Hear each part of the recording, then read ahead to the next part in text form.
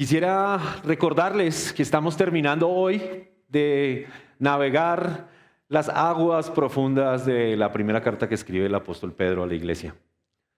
Y quiero solo como una pequeña introducción recordarle que nuestro argumento para quienes estuvieron con nosotros en el retiro y quienes no estuvieron, nuestro argumento acerca de la carta era que había una enorme necesidad para la iglesia, vivir en santidad, perseverar en el sufrimiento como un pueblo elegido por Dios en Cristo.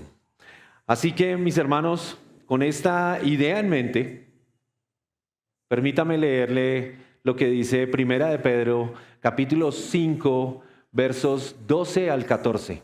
El saludo final del apóstol Pedro a los hermanos expatriados, a los que están lejos, pero que hacen parte de esta iglesia grande. Dice el apóstol Pedro entonces: por conducto de Silvano, nuestro fiel hermano, porque así lo considero, les he escrito brevemente, exhortando y testificando que esta es la verdadera gracia de Dios.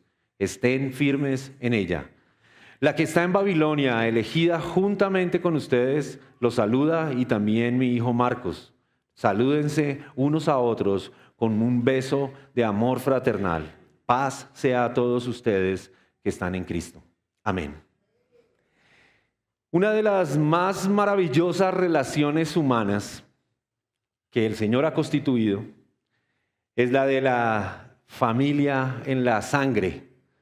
Tener una familia es una enorme y poderosa bendición, pero una que supera las limitaciones de la familia en tiempo, en espacio, es la familia de la fe, la familia de la iglesia. Así que esta es una mayor gracia, una gracia de la cual nosotros deberíamos estar no solamente profundamente agradecidos, sino también deberíamos estar profundamente comprometidos con su aprovechamiento y con su cuidado. La relación que tenemos como hermanos es parte de la gracia de Dios extendida para con nosotros. Lastimosamente, por estos días es muy común escuchar cuando se habla de esta relación, de la relación que tenemos como hermanos, una frase que tiene cierto tono piadoso, una frase que tiene cierta imagen de misericordia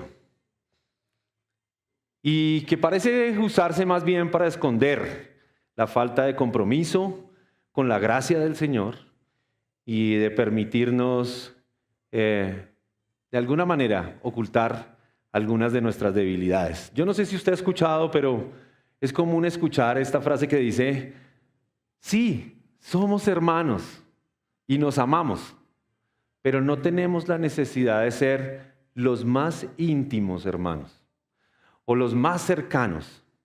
O sí, somos hermanos, pero nos mantenemos con cierta distancia, ¿verdad? Y eso parece ser muy piadoso.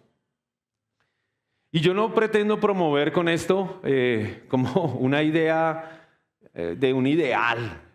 Yo sé y nosotros sabemos que la práctica de la amistad, que la práctica del relacionamiento trae muchos desafíos, que esa práctica, sumada a las heridas que muchos tienen por malas relaciones, hace más difícil en realidad la amistad cristiana. Yo sé que hay gustos, preferencias que de pronto pueden hacer más fácil. Hay intereses que generan de pronto mayor afinidad. Y que no tenerlos en común puede limitar nuestro relacionamiento. Pero la verdad, hermanos, es que nuestra identidad, el hecho de compartir aspectos tan profundamente relevantes como los sufrimientos por causa del Evangelio, las injusticias de este mundo y la lucha que tenemos por glorificar al mismo Dios, al mismo Señor y buscar la santidad, deben hacernos vencer toda barrera.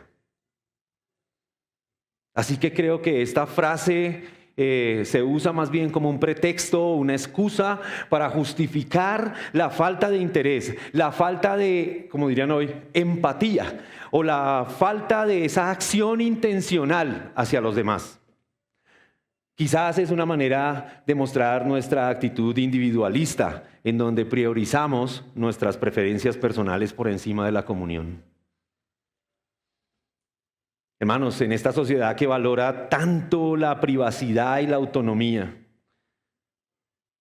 existe un peligro, el peligro de diluir el llamado bíblico de ser un cuerpo unido y de llevar las cargas los unos a los otros. Existe el peligro incluso de no querer sufrir al tener relaciones de amistad cristiana, lo cual esta carta nos ha explicado que no es negativo.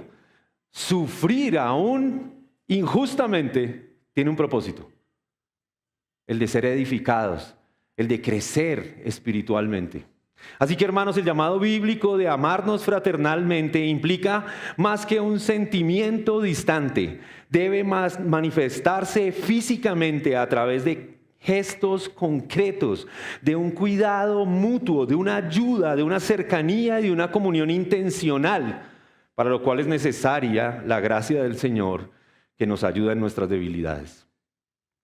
Somos un pueblo sostenido por la gracia. Y ese es el título de mi sermón. Pedro concluye esta epístola, esta carta, resumiendo su propósito en el verso 12, para exhortaros y testificar que esta es la verdadera gracia de Dios. Pedro escribe a una iglesia perseguida y dispersa, recordándoles que la seguridad y la suficiencia la tienen en la gracia de Dios.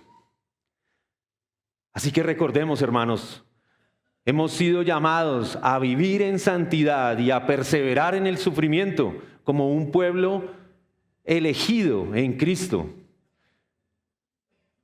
Y para ello necesitamos de la gracia del Señor. Nadie puede hacerlo en sus propias fuerzas. El propósito de Pedro se hace evidente: exhortar y animar a la iglesia, al pueblo, a la familia, recordando que la gracia de Dios es la fuente para perseverar juntos en amor fraternal, firmes en Cristo. Y si usted está tomando nota, por favor, apunte esta frase. Es el argumento central, el hecho de que la gracia de Dios es la fuente para perseverar juntos en amor fraternal, firmes en Cristo. Así que, como pueblo elegido por el Señor, necesitamos la gracia del Señor. Y hay tres aspectos fundamentales en este saludo final que nos ayudan a entender por qué necesitamos o para qué necesitamos la gracia de Dios. Verso 12, necesitamos la gracia del Señor para mantenernos firmes. Verso 13, necesitamos la gracia del Señor para tener comunión en la familia de la fe. Y verso 14, necesitamos la gracia porque la gracia trae paz en Cristo y amor fraternal. Así que permítame empezar por el verso 12. Les he escrito brevemente, dice el apóstol Pedro, exhortando y testificando que esta es la verdadera gracia de Dios. Estén firmes en ella. El apóstol finaliza su carta recalcando que todo lo que él ha escrito tiene un tono de exhortación, tiene un tono de testimonio. Pedro destaca que su mensaje es breve, no porque sea superficial, no, sino porque es directo y enfocado. El apóstol usa el término sumado a este breve de exhortar, que implica mucho más que solo regañar, tal vez, porque esa es la idea que nosotros tenemos de ese término. Muchas veces lo limitamos a voy a exhortar a mis hijos y es un regaño. Exhortar tiene un sentido de ánimo. Exhortar significa desafiar a alguien a la acción. Exhortar es también incluso consolar. Pedro utiliza este término para movilizar a esta iglesia, para animar a esta iglesia. Así que no debemos limitar el término exhortar al regaño, a la confrontación, sino más bien a esa confrontación que es tierna en las áreas donde necesitamos crecer o corregirnos. Pero el apóstol le suma a este término exhortar el hecho de testificar.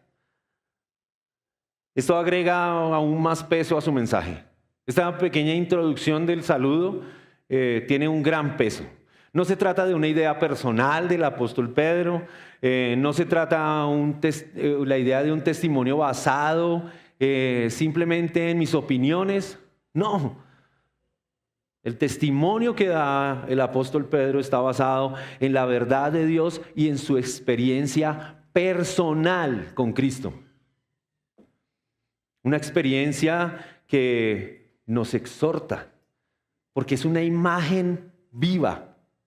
Es una imagen palpable y en el transcurso de lo que veremos ahora nos daremos cuenta por qué es así. Dice entonces el apóstol que él considera que esta es la verdadera gracia de Dios. Pedro recalca que todo el mensaje de su epístola puede llevarse a cabo en la vida de los creyentes cuando ellos están sostenidos en la gracia de Dios.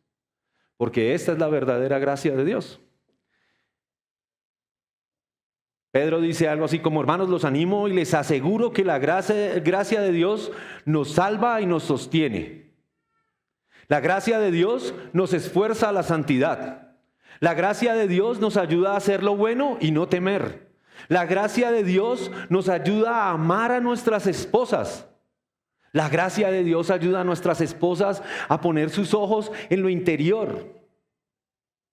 La gracia de Dios nos ayuda a tener amor fraternal. Temas que vienen de toda la carta, pero en los que en verdad ninguno de nosotros tiene la suficiente fortaleza y fuerza para hacerlo sin la gracia del Señor. Hermanos, nadie puede considerarse a sí mismo como un creyente si no depende en todo de la gracia del Señor. Nadie puede considerarse a sí mismo un creyente si no depende en todo de la gracia del Señor. Somos un pueblo sostenido por la gracia del Señor. ¿Pero qué entendemos por gracia? Y esta mañana hablábamos con algunos de los hermanos en la escuela dominical que si hiciéramos esa pregunta, nuestra respuesta sería casi que automática. Es un favor inmerecido. ¿Verdad? Hemos aprendido bien la lección. Porque esa es una de las definiciones de lo que es gracia. Es un favor inmerecido, es un don de Dios. Pero no podemos limitar la idea de la gracia a un mero concepto, a una idea en nuestras mentes. La gracia de Dios es el poder activo de Dios que nos transforma y capacita para vivir en santidad y perseverar en el sufrimiento. La gracia de Dios es el poder activo de Dios. Acabamos de leer en Efesios 2 cómo el apóstol Pablo dice: por gracia sois salvos por medio de la fe. Y esto no es de vosotros, pues es don de Dios, no por obras, para que nadie se gloríe. La gracia efectivamente es un favor inmerecido, pero la gracia de Dios también es la generosidad no provocada por nuestras obras. Al mismo tiempo que la gracia es un favor inmerecido, también es el poder para traer a un muerto a la vida. La gracia es el poder para hacer aquello que nosotros no podemos hacer en nuestras propias fuerzas. Piense en esta imagen. Un joven que tiene que transportarse a pie por mucha distancia para llegar a sus clases, desea una bicicleta para llegar a este sitio más rápido y no llegar tarde. Así que decide ahorrar para comprar una bicicleta. Tal vez muchos de nosotros tuvimos que hacerlo. Aprendimos por nuestros padres que teníamos que ahorrar para conseguir nuestras propias cosas. Y este joven hace todos sus esfuerzos por reunir el dinero para comprar esta bicicleta que le va a solucionar este problema. Pero cada que está cerca de tener el dinero, algo ocurre. Tiene que gastarlo en algo, comete un error y se lo gasta en algo que no era necesario. Y persevera, pero no lo logra. Así que un día su padre, viendo el esfuerzo de este muchacho, que está lleno de errores, tal vez de deficiencias, pero que no alcanza, decide comprarle la bicicleta y entregársela. Al ver este muchacho la bicicleta, siente un profundo asombro. Y su padre le dice, no es por tus esfuerzos, es porque te amo. Esa gracia que se muestra en alguien que recibe algo no por su esfuerzo, porque aunque lo ha intentado y lo ha intentado, no ha podido. Pero alguien llega y suple esa necesidad, genera en nosotros gratitud, ¿verdad? Y asombro. ¡Wow! Alguien lo hizo por mí. Pero también esto enseña a este joven, ¿verdad? Todos los padres diríamos, no. En verdad tenemos que dejar a nuestros hijos que sufran para alcanzar. Y esto les va a ayudar a su carácter. Y todo esto es de verdad. Esto es muy útil. Pero hermanos, cuando la gracia se extiende, nosotros aprendemos genuinamente a depender de aquel que provee gracia. Hermanos, la gracia de Dios es un regalo que solo podemos recibir con gratitud. No tenemos con qué pagarlo. Solo podemos recibirlo con gratitud. Solo podemos confiar en su amor. Así como este padre le enseña a su hijo que lo hace por amor, el Señor nos enseña con su gracia que nos ama. Y Jesús es la personificación de esa gracia. Cristo vino a vivir la vida perfecta que usted y yo no podemos vivir. Cristo vino a morir la muerte que usted y yo debíamos vivir. Morir de esa manera. Pero además, este acto, que no tiene nada que ver con nuestras obras, que incluso muestra en nuestras vidas que nuestras obras son insuficientes, nos enseña que el Señor es rico en misericordia y abundante en gracia, una gracia que sobreabunda para con todos nosotros los pecadores, una gracia que nos renueva y nos transforma, lo cual nos llama a una vida de gratitud y de humildad. La manera en que el Señor se relaciona con los hombres, usted la puede llamar gracia. Esa es la manera en la que el Señor se relaciona con los hombres. Saber que su gracia es el centro de nuestra relación nos debe llenar de humildad. Nos invita a reflejar su amor y su misericordia. Y permita el Señor que nosotros nunca dejemos de asombrarnos en esta abundante gracia que muestra para con nosotros. En esta abundante gracia que nos sostiene y que además nos asegura eternamente su presencia. ¿Cómo está viviendo usted la gracia de Dios diariamente? Esta gracia no es solo para la salvación. Muchas veces pensamos que la gracia tiene que ver con eso y nada más. Y ya. Leemos el texto de Efesios y decimos la gracia es suficiente para la salvación y ya. No necesitamos para nada más la gracia. La gracia es una necesidad para toda la vida. El Evangelio es la más pura expresión de la gracia. El Evangelio es la gracia que nos libera de la esclavitud del pecado. El Evangelio nos da un nuevo corazón para vivir en santidad, un nuevo corazón para hacer la voluntad de Dios, un nuevo corazón para perseverar en el sufrimiento. La gracia no solo se nos otorga como un favor, sino también se nos da como el poder que transforma para vivir y permanecer firmes. La gracia es el poder que nos transforma para vivir y mantenernos firmes. Y el apóstol tiene una exhortación: permanezcan firmes en esa gracia. La gracia trae consigo esa exhortación a nuestros corazones. Estén firmes en esta verdadera gracia. El cristiano debe tomar una posición inamovible en medio de la vida. La de permanecer arraigado a la verdad del Evangelio, ¿verdad? Pero sin la gracia eso es imposible. Permanecer firmes, inamovibles, arraigados en el Evangelio, es imposible sin la gracia del Señor. Así que esta firmeza implica una postura inquebrantable, pero a la vez una obediencia fiel en medio de las pruebas y el sufrimiento, en medio de la oposición. Pero es imposible mantenernos arraigados sin la esperanza del Evangelio sin la fuerza que viene de parte de Dios. Imagínense una palmera.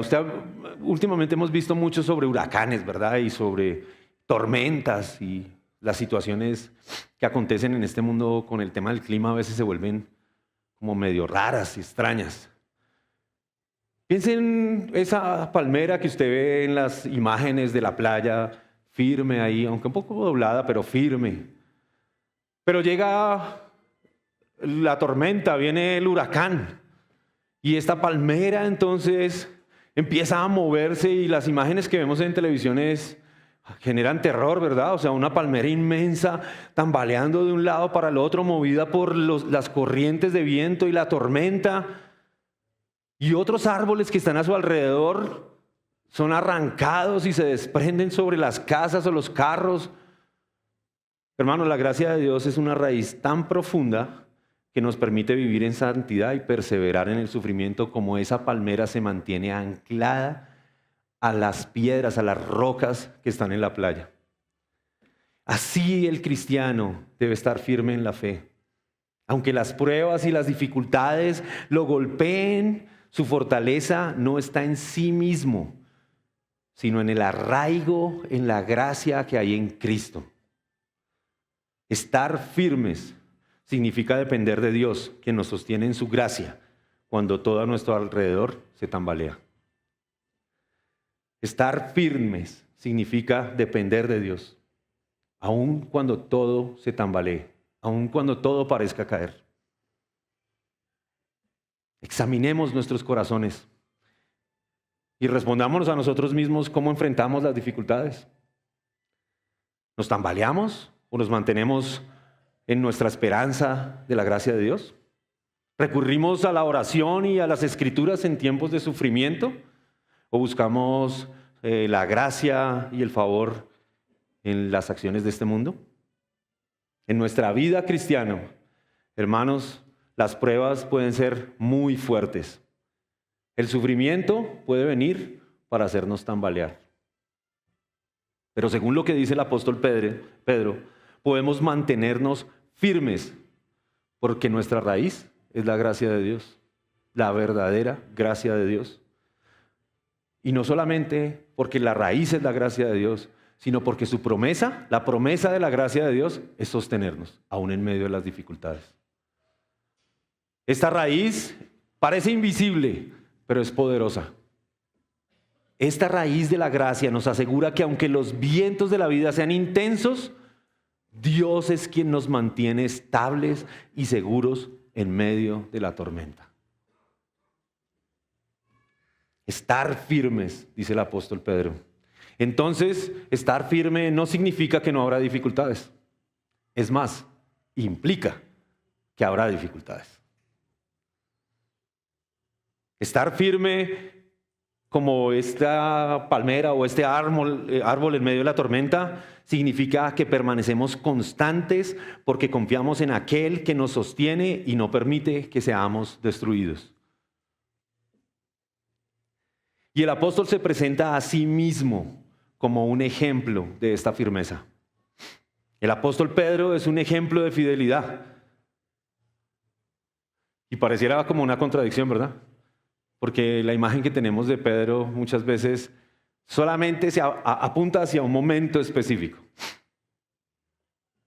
Pero hermanos, el apóstol Pedro es ejemplo de fidelidad. Él está escribiendo en este momento en una posición de autoridad espiritual. Él está escribiendo como un apóstol y testigo de los sufrimientos de Cristo. Pero él ahora mismo está sufriendo por su fe. Él ahora mismo, cuando escribe esta carta, está sufriendo por su fe. Está siendo la iglesia perseguida. La iglesia que él lidera. Él mismo está siendo perseguido. Su vida, la vida de Pedro, es un testimonio de cómo la gracia transforma de la debilidad a la perseverancia. La vida de Pedro da testimonio de eso. En los evangelios, Pedro pronto, muy rápidamente, mostró entusiasmo, mostró como ese avivamiento por las cosas espirituales, pero también rápidamente mostró debilidad y temor. El momento más significativo de su debilidad fue cuando él negó a su Señor. Tal vez por el temor de sufrir. Evitó sufrir para después escribir que sufrir es el camino para ser fortalecidos. Pedro, ese que había jurado no abandonar al Señor en la hora de su mayor dificultad, lo negó. Pero después de recibir el Espíritu Santo, después de estar en ese momento sin lugar, Pedro fue uno de los primeros en proclamar el Evangelio con toda valentía. Lideró la iglesia creciente en ese momento. Y en lugar de esconderse y negar, ahora predicaba abiertamente a Cristo. Incluso frente a quienes lo perseguían antes. Luego, en Hechos, como vamos a ver pronto, cuando fue arrestado y confrontado por las autoridades, Pedro es el mismo que dice firmemente: porque nosotros no podemos dejar de decir lo que hemos visto y oído. Pedro ahora es un modelo de firmeza, un modelo de no ceder a la presión, un modelo de obedecer a Dios antes que a los hombres. Pedro no solo predicó acerca de soportar el sufrimiento por Cristo, sino que lo vivió. Fue encarcelado, fue golpeado, pero continuó predicando el Evangelio. Según la tradición cristiana, incluso se dice que Pedro finalmente fue martirizado en Roma. Y cuando supo de su castigo, pidió que no se crucificase de la misma forma que su Señor, porque no era digno de padecer los sufrimientos como el Señor. Y por eso fue crucificado de forma inversa. Este testimonio final de Pedro es un ejemplo poderoso de fidelidad hasta la muerte.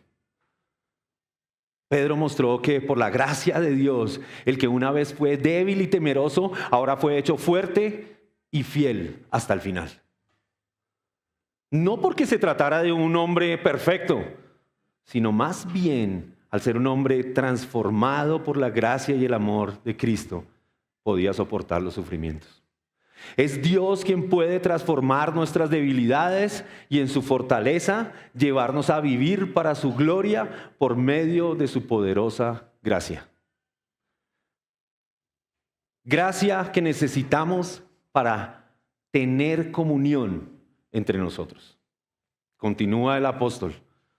Dice: la que está en Babilonia, y seguramente usted podría poner un paréntesis ahí después de la iglesia que está en Babilonia, porque esa es la idea que él tiene. La que está en Babilonia, elegida juntamente con vosotros, y Marcos, mi hijo, os saludan.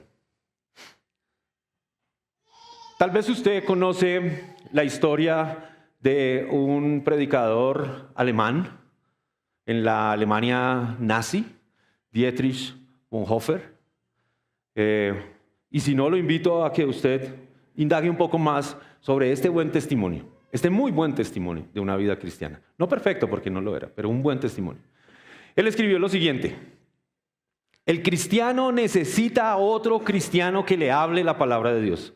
Lo necesita una y otra vez cuando se siente inseguro y desanimado. Necesita a su hermano como portador y proclamador de la palabra divina de salvación. Y esto también muestra el objetivo de toda comunidad cristiana: relacionarse unos con otros como portadores del mensaje divino de salvación. Hermanos, Pedro muestra un pueblo unido. Pedro destaca que tanto la iglesia en Babilonia, probablemente se refiere a Roma, tanto esta iglesia como los creyentes dispersos comparten una identidad como elegidos en Cristo, dice él. Y que esta identidad proporciona unidad para perseverar en santidad y sufrir con la esperanza firme de la salvación futura. La mención que hace el apóstol a Babilonia es significativa y es importante que la entendamos. Algunos creen que esta es una manera como de escribir en clave. Recuerde que la iglesia estaba siendo perseguida y era posible que esta carta fuera atrapada por alguno de los enemigos y entonces se supiera dónde estaba la iglesia. Así que algunos piensan que podría ser una forma en clave de escribir. Pero yo creo que al ver esto y al recordar lo que hemos venido estudiando, de lo que sucedió en aquel exilio a Babilonia y los sufrimientos de este pueblo en Babilonia, la mención a Babilonia también tiene el sentido de recordarle al pueblo, de recordarle a este pueblo que el pueblo de Dios siempre vive como extranjero en un mundo hostil, pero que también siempre lo hace unido en su elección divina. El pueblo de Dios siempre vive como un pueblo extranjero en un mundo hostil, pero siempre vive con esa mentalidad de ser un pueblo unido en su elección, unido en su identidad en Cristo. Pedro destaca en la carta, o nos recuerda en la carta a los creyentes, que somos linaje escogido, real sacerdocio, una nación santa, un pueblo adquirido por Dios, ¿verdad? Esta identidad que compartimos es una invitación, no a vernos como individuos, sino más bien a vernos como una familia, como un mismo cuerpo, como una familia espiritual que Dios ha formado para su propósito. La unidad de la que Pedro habla surge de recordar que todos, sin importar su origen, somos parte del mismo pueblo y compartimos la misma misión: anunciar las virtudes de aquel que nos llamó de las tinieblas a su luz admirable. Somos un mismo pueblo, somos un pueblo sostenido por su gracia.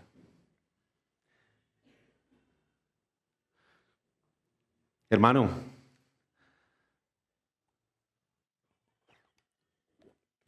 vivir una vida solitaria y aislada, de seguro va a ser mucho más fácil. Va a ser mucho más fácil porque no va a traer el peligro de verse vulnerable. De seguro va a ser mucho más fácil porque nos permitirá esconder nuestros pecados, porque nos permitirá tapar nuestros errores sin que nadie note de ellos. Pero déjeme decirle una cosa: cuando vengan las dificultades, cuando vengan los vientos duros y recios,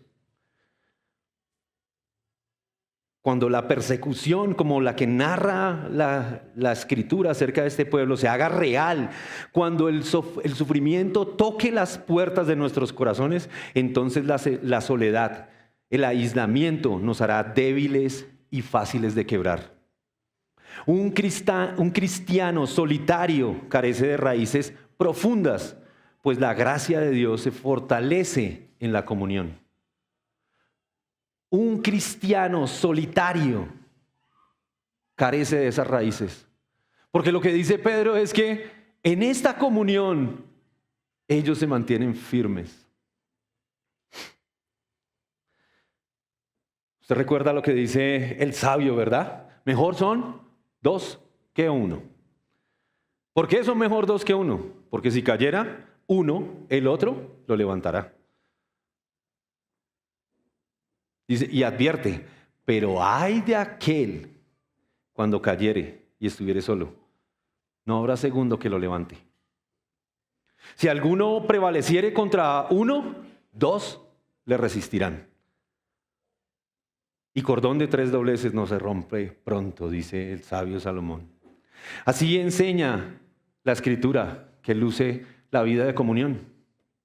La unidad, a diferencia de la soledad y el aislamiento, nos permite valernos de la fortaleza común para soportar las dificultades. La unidad nos permite valernos de la fortaleza de nuestros hermanos, la que tenemos en común, para soportar firmes hasta el final. Pero este tipo de unidad requiere humildad, recordando que cada uno es parte del mismo cuerpo y que lo que afecta a uno nos afecta a todos, pero lo que fortalece a uno nos fortalece también a todos.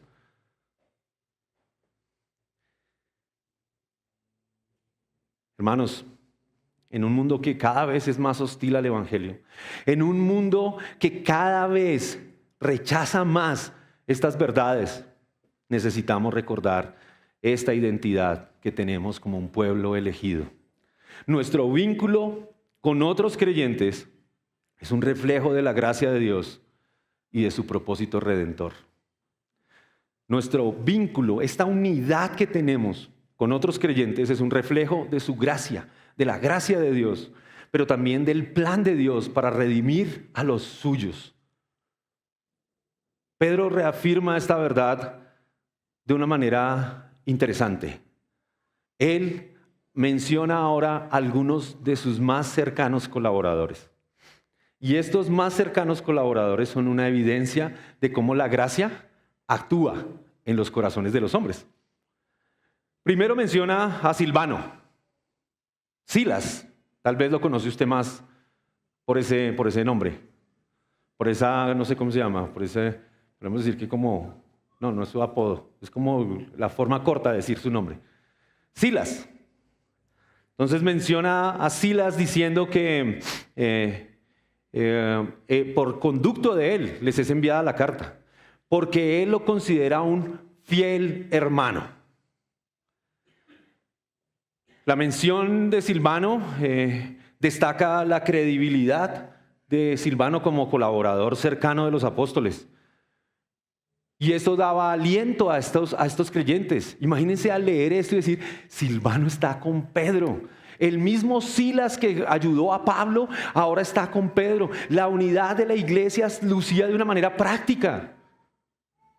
Esto traía, piense en estos hermanos siendo perseguidos, siendo martirizados, sufriendo del rechazo y de pronto de algunos castigos severos. Y ahora escuchar, no estamos solos. No estamos solos. Silas está con Pedro. Esto es de mucho ánimo, pero también hace auténtico el mensaje de Pedro. Hace real el mensaje de Pedro de decir, vivamos en santidad, perseveremos en el sufrimiento porque somos un pueblo que Dios eligió. Le da coherencia al mensaje, lo hace más duro, es breve, pero es certero lo que dice Pedro. Subraya de alguna forma la importancia de la comunidad de fe, de la comunión. Y les recuerda que deben apoyarse para fortalecerse y para sostenerse en las pruebas. Esto era un recordatorio de que no estaban solos en el sufrimiento. Silas ha trabajado estrechamente, pero también ha sufrido con los apóstoles. Hermanos, la unidad que se muestra entre los apóstoles y sus compañeros refuerza la idea del mensaje a la iglesia, de que hay diferentes voces y diferentes contextos, pero somos un mismo cuerpo, del cual Cristo es la plenitud de todas las cosas.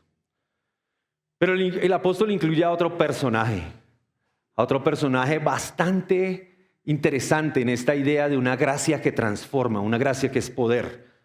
Él incluye a Marcos en su mensaje, a quien llama su hijo. Marcos es incluido como un símbolo de una comunión que refleja un discipulado genuino, un discipulado que usted y yo podemos experimentar. Marcos es el discípulo y compañero de Pedro, y no solo es mencionado como un simple hijo, ¿sí? Sino porque realmente no tiene nada que ver como la familia natural. Es más, Pedro lo muestra como su hijo espiritual. Tal vez como Pablo también llama a Timoteo. De esta misma manera Pedro lo está llamando. Aunque no se puede decir que Pedro fue quien formó a Juan Marcos, si se considera que Pedro ayudó a Marcos al momento de escribir el evangelio que lleva su nombre. Pedro llama a Marcos hijo, y eso tiene relevancia espiritual. Pero déjeme recordarle algunas cosas que hemos hablado de Marcos. Fue un miembro clave de la iglesia primitiva. El nombre de su mamá era María, en cuya casa se reunieron los primeros creyentes. Usted lo puede ver ahí en Hechos 12, verso 12. Él es tradicionalmente conocido como el autor del Evangelio de Marcos, que está basado en las enseñanzas del apóstol Pedro. Su relación con Pablo pasó de la tensión por abandonar el viaje misionero a la reconciliación. Y esto fue por gracia. Este es el poder de la gracia. Él pasó de ser considerado un traidor a ser considerado un hombre útil para el ministerio. Y usted lo puede leer en Colosenses 4:10 o lo puede leer en 2 Timoteo 4:11. Hermanos, en resumidas cuentas, Marcos es un hombre que experimentó la gracia que transformó. Él pasó de ser un hombre débil a ser considerado un fiel colaborador útil para el ministerio. Imagínense cómo actúa la gracia de Dios en el corazón de los hombres. Es un poder, es un don de Dios, pero es un poder activo que transforma la vida de los hombres. Esta mención apunta a que hay una manera en la que la gracia obra y es por medio de este discipulado, de esta comunión. Tal vez algunos de ustedes no tuvieron la oportunidad de estar hoy en la escuela dominical, pero providencialmente, hermano, providencialmente, hoy hablamos de la amistad y de lo importante que es la amistad, que no es un término diferente al de hermandad, sino que es un término que camina paralelo. ¿Usted ha visto hablábamos con los varones, las vías de un tren? Son dos rieles, pero están unidos por unos peldaños. Están estrechamente relacionados. El uno el otro, la hermandad y la amistad caminan paralelamente. No son diferentes. Conducen el mismo tren hacia el mismo fin, aunque no son iguales, pero están estrechamente relacionadas. Y hoy hablábamos de eso. Y esta mención nos recordaba, hermanos, que debe haber un discipulado que debe empezar en esa amistad, en esa comunión cristiana genuina, que surge no de manera espontánea, sino intencional, que surge sin fingimiento, sin hipocresía, que no es forzada, sino que es por un buen entendimiento de lo que Cristo ha hecho en nosotros. Él nos eligió, Él nos buscó, Él nos halló. Y ese patrón debe replicarse en nuestras vidas. El discipulado, hermanos, está basado en la identidad que tenemos en Cristo, no en nuestros gustos personales, no en nuestras preferencias, ni siquiera del lugar de donde provenimos, decíamos hoy, a pesar de que somos diferentes. Somos un pueblo conformado por gente de toda lengua, raza y nación, pero somos un solo cuerpo, miembros los unos de los otros. Cuando nosotros hemos entendido en realidad nuestra identidad en Cristo y su valor, entonces deseamos fervientemente compartir con alguien más. Deseamos hacerlo de forma desinteresada y genuina. No buscamos figurar, sino más bien buscamos que Cristo crezca en medio nuestro y que Él sea nuestra fortaleza.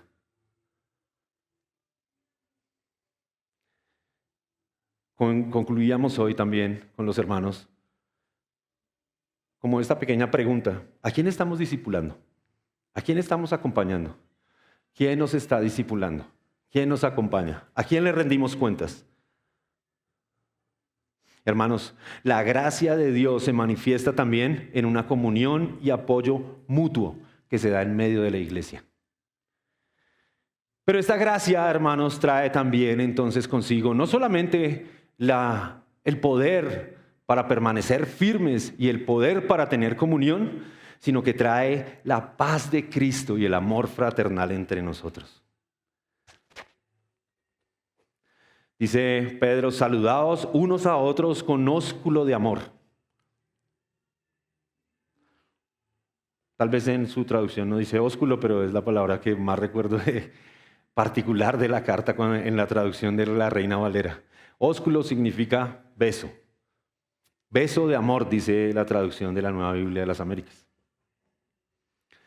Por último, el apóstol nos recuerda que esta comunión se debe mostrar además de maneras tangibles. Tenemos una manera tangible de demostrar amor fraternal. El ósculo de amor o el beso de amor es una expresión cultural de cercanía y afecto entre los creyentes. Tal vez es como ese saludo.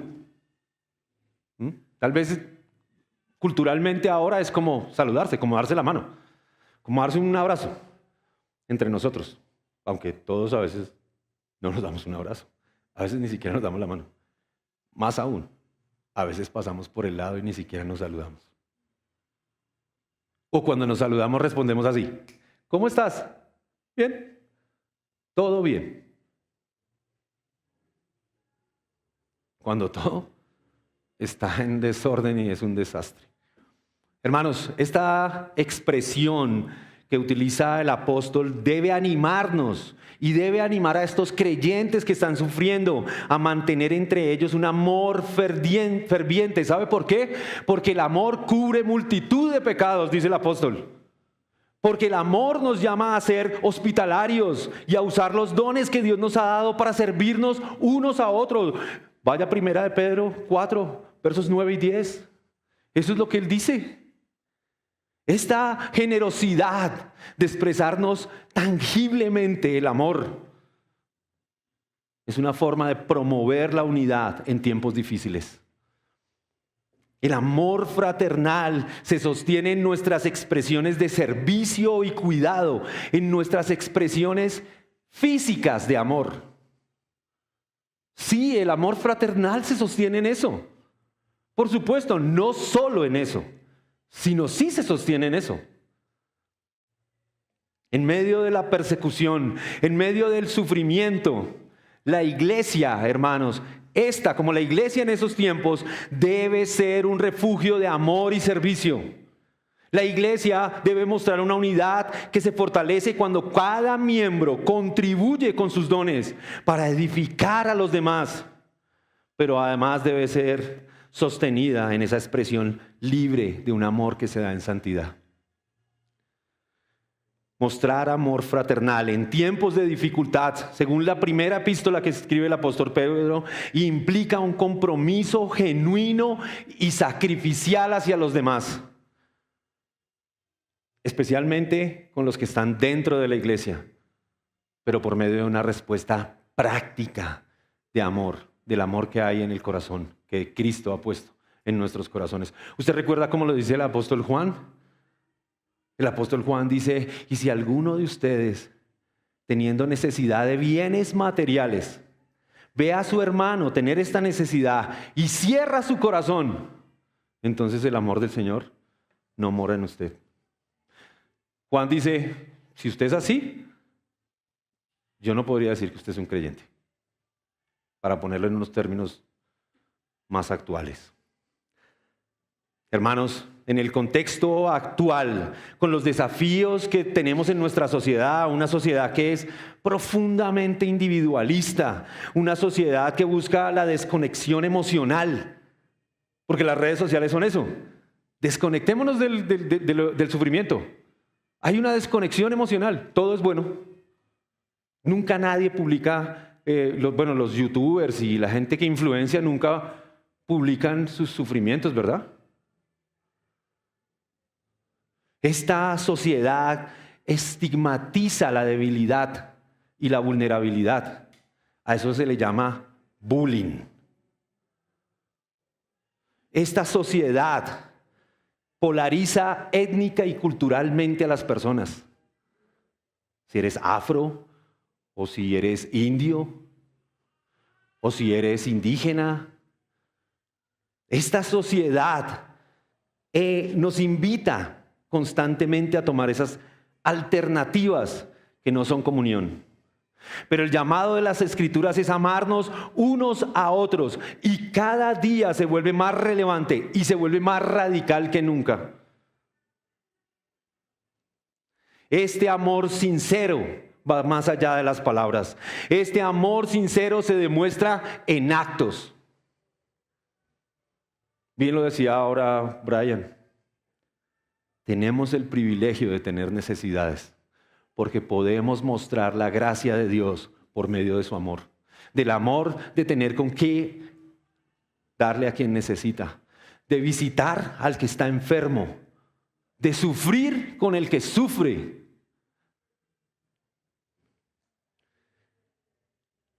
En nuestro contexto, en el contexto de iglesia, este amor se traduce en ayudar con acciones concretas, en ser sinceros y transparentes en nuestro apoyo, en estar dispuestos a invertir tiempo y recursos para ayudar a otros en sus necesidades reales. Pero usted tiene que conocerlos, tiene que conocer sus necesidades reales. No basta con una manita en WhatsApp, voy a orar por ti.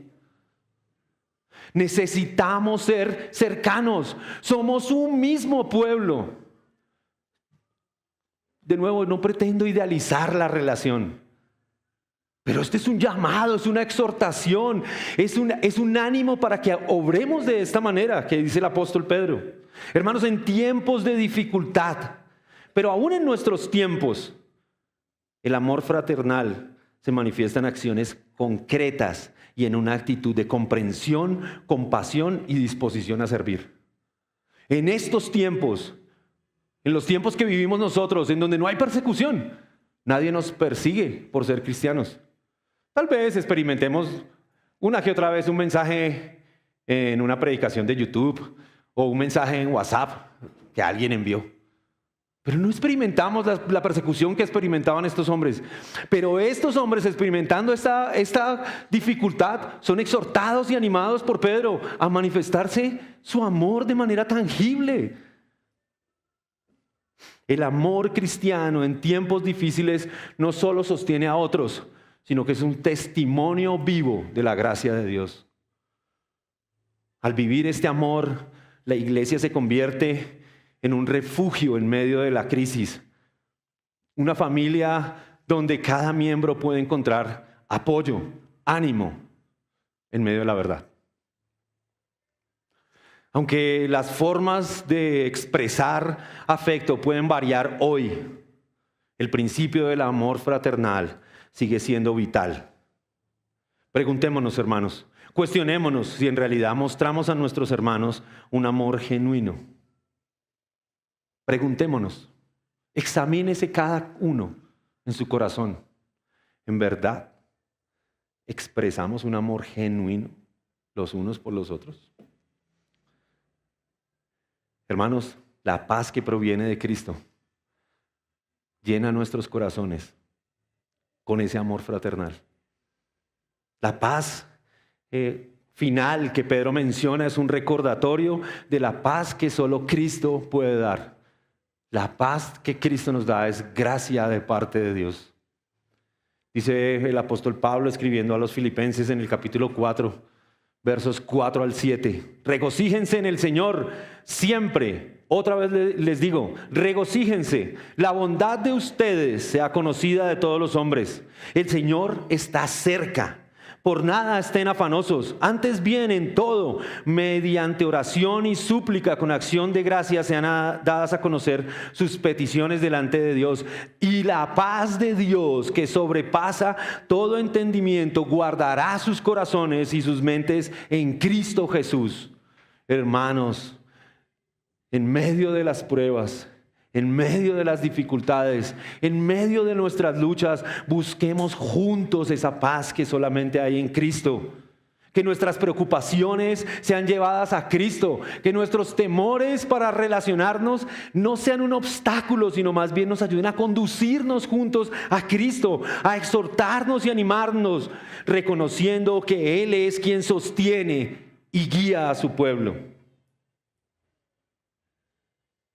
Hermanos, podemos concluir entonces diciendo, la gracia de Dios es la fuente para perseverar juntos en amor fraternal, firmes en Cristo. Pedro cierra su epístola enfatizando que la verdadera gracia de Dios nos permite vivir en santidad y perseverar en medio del sufrimiento como un pueblo elegido y llamado a una esperanza eterna. Renovemos, hermanos, nuestros corazones. Al contemplar este saludo final, renovemos nuestro compromiso con Cristo. Debemos descansar en su gracia. y ser intencionales en fortalecer los lazos de amor para que la paz del Señor nos sostenga. Que nuestra confianza esté en que en Cristo tenemos todo lo que necesitamos para vivir en santidad, perseverar en el sufrimiento como un pueblo elegido por Dios.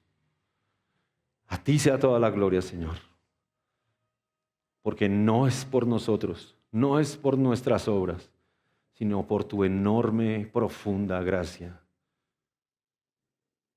Es por tu amor, Señor. Y en esto, Señor, en esta gracia, conocemos el amor, conocemos tu amor que nos ha transformado y nos ha cambiado para tu gloria. A ti sea toda la honra, Señor. Descansamos en tu gracia y tu favor. En Cristo Jesús. Amén.